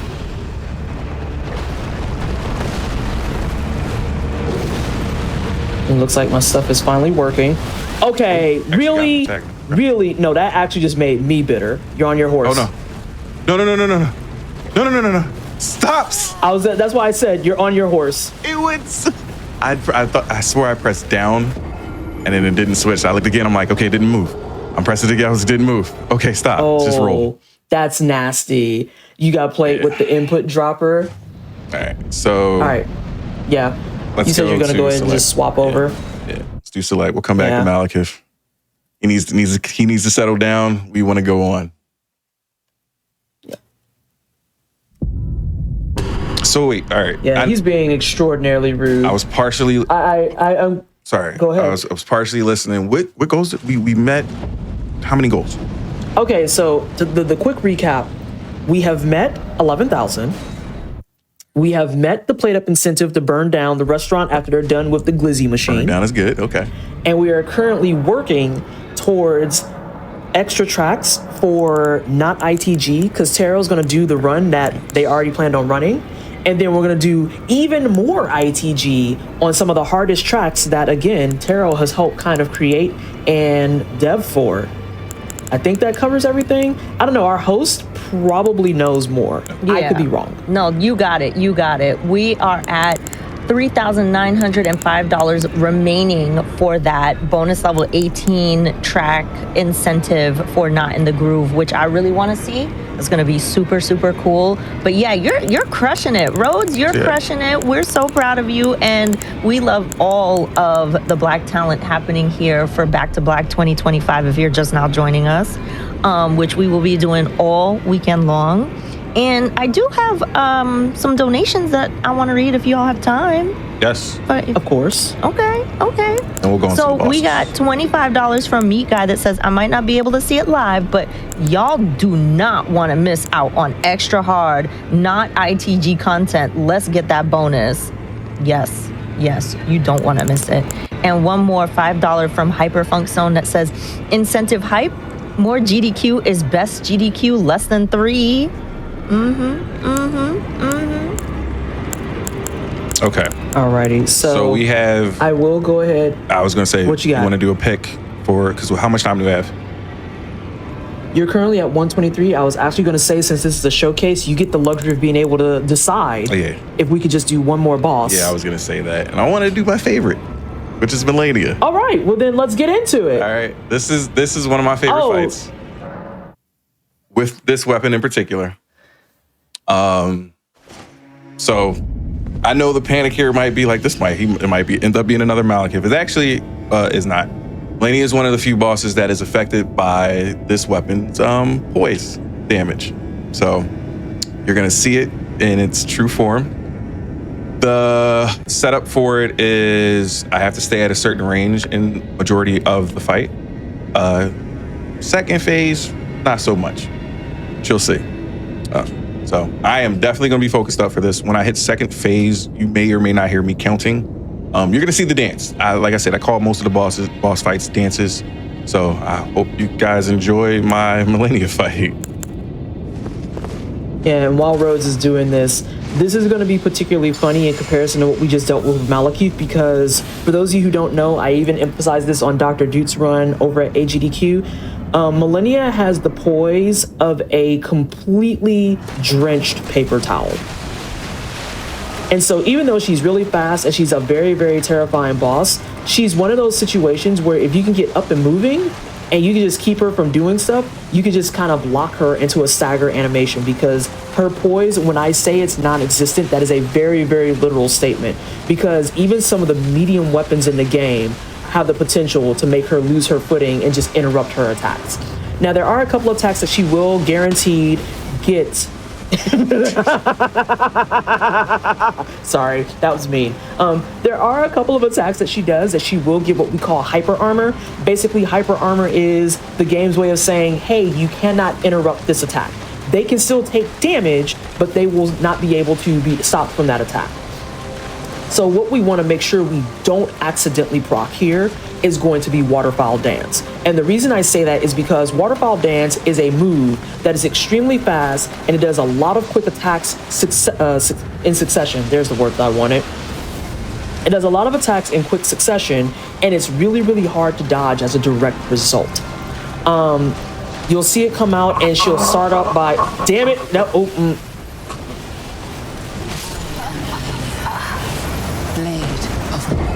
Sorry for that noise. So that's Waterfowl Dance. And that came out early. Yeah, I was like, that's Waterfowl Dance. I would say, Rhodes, let's give this maybe a couple of tries. Yeah. And then we do got to get out of here, unfortunately, because we got people who are ready to maybe burn up some glizzies. I can't wait to see that. I'm just saying. No, listen, I can't wait to see it. All right, we'll give it one more. So what I want to do is stay out of range so that I can get the knockdown to prepare for Waterfowl, essentially. If you notice, I'm saving my physique chat's for calling second out phase. that you was Some people in chat are pointing out how you almost had the 1 HP Dream going there. That's it. So as we're getting set up for this fight once again, and then I'm going to give the mic back over to Ash, this is another case where you want to make sure that you are in a certain range, because Waterfall Dance only procs from about medium to medium-ish long range. So Rose is going to try and stay right there on the cusp of something that's medium, but then also kind of hanging out in that short range.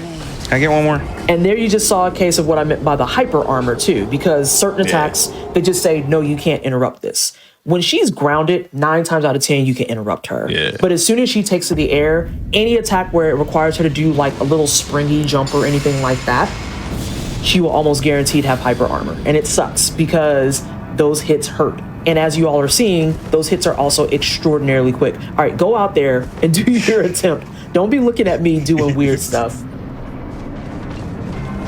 How much do you need to get that bonus SMB run from Peeves? Oh, we don't know yet, Peeves. We're going to see about that as the day goes on. We're going to see about that as the day goes on. Another one up. But I would say for now, you should work on those bonus tracks for ITG. Yeah. Anytime anybody donates, make sure to put towards that incentive for ITG, because bonus level 18, that sounds really, really awesome. And this is also the Let Me Solo Her guy's girlfriend. Yes. If you are unaware of the deep lore about that, from the interwebs, not from FromSoft, but from the interwebs, there is a gentleman that got absolutely decimated trying to fight Millennia. And once he finally got the clear, he decided that this was his life's passion. He is going to kill Millennia as often as he can in other people's games. So he would run around and join your game. He would wear nothing but a loincloth and a pot as a helmet. And his name quite literally was Let Me Solo Her. And so what he would do is he would join your game, you read the name, you would both go into the boss together, and he wanted you to stay at the back of the fight, and he wanted to solo Millennia. He wanted to solo Millennia because that's just what he was wanting to do. So another thing about the Millennia fight that I don't think we've talked about because we don't get to really see it in depth is the fact that Millennia also has lifesteal. Damn. So whenever she hits you, she gets health back. I think that's a good time to get some of those donations in so we can kind of see this last attempt on Millennia and then get ready for some plate up action. I'm also very hungry myself where it stands. Ooh, yeah, you know, I had me a bowl of cereal before I started to make sure that I wouldn't be hungry for the plate up stream because I get distracted real quick. But yes, of course, we love donations. We have a $50 donation from Jesse Lockhart. No comment was there, but we appreciate the $50 and $50 from Schmarty as well. Thank you so much for that $50 because we are raising money for Race Forward, which is an incredible charity that we are raising funds for this whole weekend during our Back to Black 2025 show. So yes, thank you so much for helping us raise money towards this excellent cause. And we also have $25 from Just Ryan. So thank you so much for helping us raise money for this incredible charity. And we are making our way towards the next incentive. So it's a good time, chat. It's a good time. Give us your energy. We really appreciate y'all being here. All right, now I'm waiting for Waterfall. Oh yeah, and we see some of the mods in chat talking about other critical details about Millennia, because when I say she has health back, you're absolutely correct. She gets the health back if you block. She gets the health back if she hits you. She gets the health back if she hits your summons. So if you have summons in this fight and they're just absolutely getting bodied, they're also helping her regain her health. It's rough work in these streets. But also just the boding presence of Millennia. Yeah, I was going to try to proc her by throwing something at her, but I realized I don't have any items. So, yeah. Oh, that's pain. That's pain. There we go. You know, I didn't embrace the...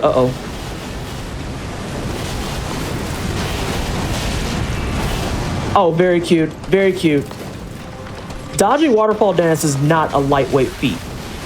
Hey, that doesn't mean you get free hits, though. I need you to relax. Okay?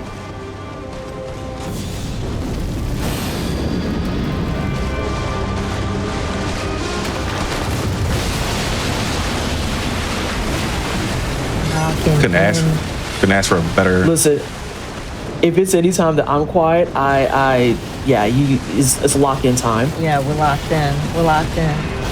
We need that energy chat. And yes, so waterfowl dance is dodgeable. You can actually dodge the entire thing, but the timing on it is, to put it plainly, not great. It is very not great, because if you get caught in the early waves of it, making sure that you dodge all of it, it's a case where you can't just kind of spam the dodge button and then just hope that the successive dodges will get you where you need to go.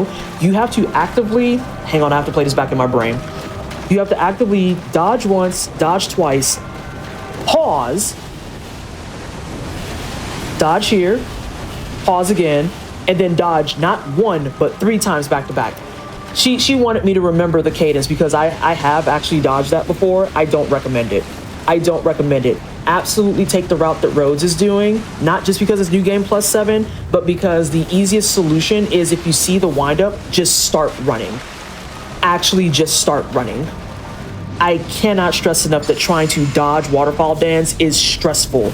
It's so stressful. It is a lot, TM. And yes, Optimus, exactly. A lot of times in Souls games, the most effective dodge is just run away. I was joking about that on my channel before the event kicked off, because I'm playing some modded Dark Souls 3 content myself. And I've told people one of the best things you can learn about Elden Ring, Dark Souls, Bloodborne, all of them, is that sometimes the best solution is just run. Sometimes the best solution is just run. Because you'll sit in there trying to be like, no, I can dodge this. I cannot stress enough that sometimes the dodge is not worth it. It is not worth it for the swag points. It is not worth it for the energy. Just straight up run. Let's do it. So another thing that Silence just did there, that is a very important how-to Souls lesson that you need to learn. A lot of people would see how low Millennia's health is right now and be like, I should go for the final hit. That's how you get cooked. That is to the T how you get cooked. Yeah, getting greedy is probably the like immediate way. Got him. Oh, we get greedy right there, though. Let's get it. Yeah. Let's go. Yeah, if you're gonna get greedy in these fights, it is important that you know what your trade-off is. That was a case where the greed was the correct answer. Very nice. Very nice. Glad y'all got to see that. We closed out with a clear on a boss, and that's all that matters. Yeah, she would have been the final boss in the entire rush. So in that last piece of it, that I could have dodged. I was being greedy. You can easily get around that slam. That slam is actually what you want to punish her in that moment. But I just was being greedy. I knew I would survive it. So yeah, and that's important too, is knowing when and if you're going to survive the trade. Because if you take a trade on something where it's like a 3 or 4 piece, that starts getting real sketch. But if you know for a fact that it's a single attack, oh yeah, in cases like that, if the next hit is a kill, you take that trade. Like, there's no reason not to. All right. But yes, I am going to go install this mod when I get back. This actually reignites my interest in Elden Ring. I'm not going to front. I have a second version of the mod. So there were 2 versions that I wanted to use. I know we got to wrap it really quickly, real fast. There's 2 versions of the mod that are on Nexus. This version is the more subtle, like gives you time to breathe. There's another version that literally puts you in the middle of an arena, and it's like survival mode. They just spawn. You get no downtime. That's the one I want. You get the flasks. You keep whatever you use. That's it. You do get some back when you defeat a boss, but you have to defeat a boss in a certain amount of time. So maybe next time we'll show that off. Yeah, that's. I'm gonna be real. That's the one I want. That was the one. That's the one I like. And I was like, it's so unsafe, but it's definitely that's good. Super not marathon safe. Yeah. Like, you got to be locked in. Like, but it's definitely it's something to show off. So yeah. But I thank you for letting me do this. I had fun. This was exciting. I'm glad I got to show this off. So like I said, this came from a series that I started on YouTube of just challenging myself to use every weapon in the game. Then it turned into challenging myself to use every weapon in the game and only their Ash of War to defeat the bosses, and to see if I could defeat all the Remembrance bosses with it. Now, this is a shorter version of that. In the videos I actually run through, or during those challenge runs, I'm actually running through the entirety of the game. So you get to see a lot more of that if you want to on my YouTube. PT Ash, take it away. I say take it away. Oh my God, I say take it away. I'm not going to say a whole lot because unfortunately, chat, you're going to be dealing with me again later this evening on a run that a lot of you are probably looking forward to. But I'm not going to spoil the fun if you haven't looked at the schedule. So make sure you're checking the schedule for some runs that you want to watch, and make sure you're donating to that incentive for more tracks. I'm actually going to give the floor back to Miss Ash so that we can get ready for our next run. Yes. Thank you so